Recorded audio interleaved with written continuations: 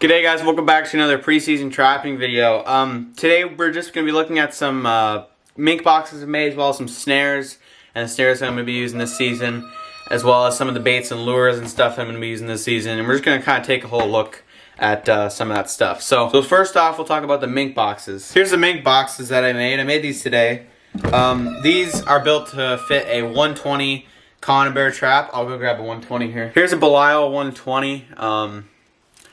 I also have some LDL 120 magnums. I think they're magnums, but I have these and some LDLs. And basically, these boxes are designed to fit them right in there. So as you can see, that 120 fits pretty good right in that box. Right now, it doesn't really fit in there. Once it's set, it'll fit, but it'll fit pretty tight, which is good.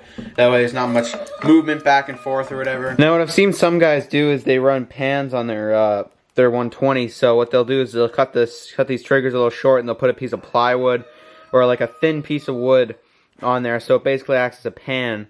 So it'll be more like this, and it'll be like a flat piece down right here. And so it'll just be to where apparently, I don't know, mink are more apt to go in there if they don't have something right here. That they're more apt to go in there apparently. Whenever it's just a little pan. I still might grab some pans and put them on, but I might also just run them trigger like this. I'm not really sure. This is going to be my first season trying mink boxes, so we'll see what I do, and I'm sure you guys will hear about if I have any luck with this. In terms of the actual boxes, they're made out of 1x8s, and they're cut 18 inches. They're 18 inches long, and then this top piece is cut at around 20 inches or something like that. This one I rounded it off, so it's kind of got ears. This one I just left flat like that, but I don't know, it doesn't really matter. That's just kind of a cosmetic thing. And then they both have slots cut in the sides. That's where you can put the conibear in there. This one I cut the slots to where they're kind of out like this, so I can fit the conibear in there easier. This one I left like this, but this one's got a little bit of a wider gap right there than the other one. I tested; it does fit. It was fitting in this one before I cut these little ears out. It was just super tight. So I don't know. We'll see. I might end up cutting ears in this one yet. I might end up making another one of these. I'm not sure. But I'll probably just run them like this. These are pretty big for mink boxes, but the 120 fits nice in there. Some guys, what they like to do, I saw Sam Woods, what he does, he uses his weasel boxes for his mink boxes, and all he does is he just puts a killer clip right here, and that just lets him stabilize his whatever conibear he's using right on there. So, yeah, that's kind of a little look at my mink boxes. Now we're going to take a quick look at my snares here. So one of my friends gave me these snares, and he told me he'd make a couple dozen of the ones that I like the best. He said he was going to make me some. So basically, I'm not exactly sure what all these locks are. As you can see, these all have these 50-pound springs. That just makes adds a little bit of basically, like whenever that animal lunges, that lock will go even tighter, so the snare will be a little bit more effective. There's also other types of springs. You can use like rams and stuff. Here in PEI, we're not allowed to use rams. They're illegal, but you know, by regulation, we're not allowed to use them. But we are allowed to use these little springs like this, and just springs like that are on the snare. So we can't use rams. Basically, what I've come up with, what I've decided is I'm going to get him to build. I've already talked to him about this. Huge thanks to my friend, by the way. You know who you are if you're watching. But what I decided to do was I'm going to get him to make me 2 dozen of the cam lock ones. These ones are tooth cam locks. Let me just see if that camera will focus on there. Just like so. So this is a tooth cam lock. So if I zoom in here, you might be able to see the little grooves in there, in that lock. Yeah, you might be able to see it right there, actually. Yeah, you should be able to see it. Those little grooves right there where my fingernail is, that hooks onto that cable better, and it'll lock up a little bit better. So that's the idea anyways. But basically, the way I'm going to be running these snares is I'm going to have a little, as you can see right here, that little twist-on support collar. I'm going to be running them with that. And then I'll probably be running an 8 to 10 inch loop. I'll probably be running something like that. And that cam lock, I really like the tooth cam locks. The ones that are smooth, I find that you know, they don't lock up quite as well. So I prefer the tooth cams. Yeah, hopefully I'm going to be doing some more snaring this year than I did last year, as well as foot holding. I'm going to be having a bigger line. That's my plan anyways. But for those of you that are in the States, I know in Pennsylvania and like quite a few states, you guys are not allowed to use lethal snares. So you guys, what you guys have is you have a relaxing lock on here, so that whenever it can only go so far, basically, like it doesn't cinch up tight. It still has a little bit of play, so that doesn't actually kill the animal. It just restrains them, just basically like your dog on a leash. That's pretty much what it's like. But here in Canada, I'm not sure if there's any places. I know here we're not even allowed to use cable restraints, but I'm pretty sure everywhere in Canada you're pretty much allowed to use snares. I could be wrong, and I know guys up in Saskatchewan and the more northern parts, even in New Brunswick and places like that, they run ram snares, which are basically, you got your snare, but instead of having a lock, you just have a little loop, and then the ram is just a big compression spring basically, and it keeps pressure right on that snare. That's a very good way of snaring. I haven't done it, but I've seen, you know, it's very effective. But when you're running locks like this, it's best to have quite a bit of entanglement, as well as anchoring up high on a tree. And you know, paired that with a good lock, you got a really good, effective combo, and you got a good snare right there. So these snares are pretty long. I can't get this all in frame, but I'll pull a little bit back so you can see that cable runs pretty far. And what that's for anchoring up nice and high on a tree. And so basically the way you do this is, all that I'll be doing is I'll be running my my lock and my little spring here. I'll just be running that through this other loop on the other end, and all that I'll be doing is I'll just be cinching this down and just basically hooking it up onto a tree. Yeah, so that's basically the snare setup I'm going to be using. We're going to go quickly take a look at some traps, and then we're going to look at my bait and lure and stuff. So over here I've just got my traps, some of my traps just sitting out here after I speed dipped them. I got some 550s here. Really excited to try those traps out. As well as I've got some Duke 1 3/4. Really excited to try these out too. And they've just been sitting out here after I speed dipped them. I've been letting them sit out for quite a long time. They got a little bit of rust on them, but that's nothing to worry about. Still, most of the traps have been covered with the speed dip, so I don't really need to worry about that.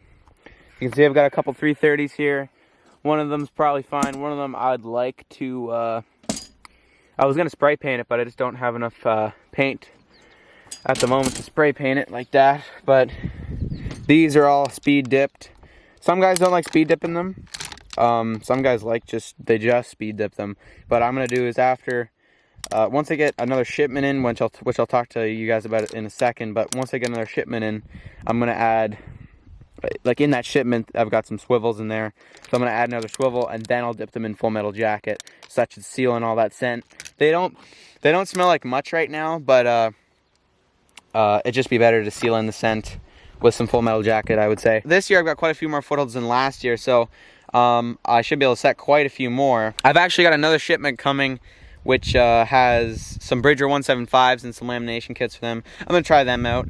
I've also got some Duke number 1s in there just for some water stuff. So yeah, I got quite a few traps around this season. Pretty darn excited. And you guys make sure to subscribe to the channel, because I'm going to be hopefully making a lot more videos this year than I did last year during the trapping season. As well as I'm going to be still doing probably a couple more preseason videos before the season comes. Close to 2.5 months we'll be able to set for coyotes and coon, and then November the 1st our season opens up for like pretty much everything, water stuff and everything, and then November the 15th we can start setting snares for coyotes and fox. But we're gonna head over to this other shed here where I've got my bait and my lure and stuff, and I'm gonna be talking a little bit about the baits, my lures that I'm gonna be using this season. Okay, so in terms of my lures that I'm gonna be running, we'll start off with Forsyth lures. I've got Predator long distance call. I ran this last season.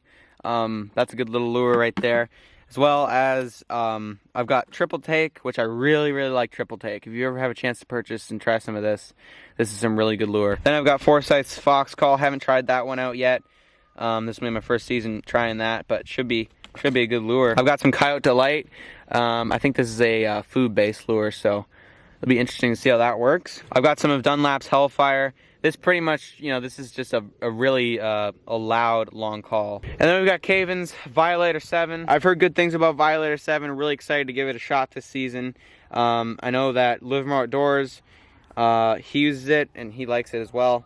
If you guys haven't checked out his videos, go take a look. I'll put a link to his channel like on the right here. I'm not exactly sure where it is, but yeah, go check his channel out. He's got lots of great videos in there. I love his videos, and you guys can go check that out. So yeah, Violator 7, we're going to be giving it a shot. We've got Dan Martin lure. This is from Dan Beaver Lures. This is obviously a Martin lure, but I'm going to be using it for fox and coyote as a predator lure. So he said that this will work good for coyote and fox as well as martin.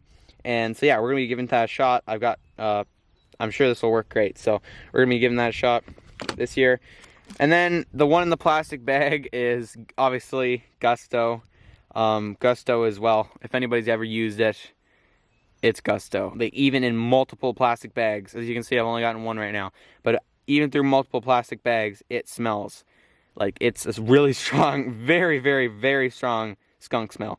So I'm going to be trying Gusto this year as well. As you can see, I've got quite a few more lures than I did last year. Last year I only had Canine Triple Take and the long distance call. But this year I've got quite a few more lures to try out. In terms of bait, last year I used the Forsyth's Old Time Fox and Coyote bait. And it worked. I had great results with it.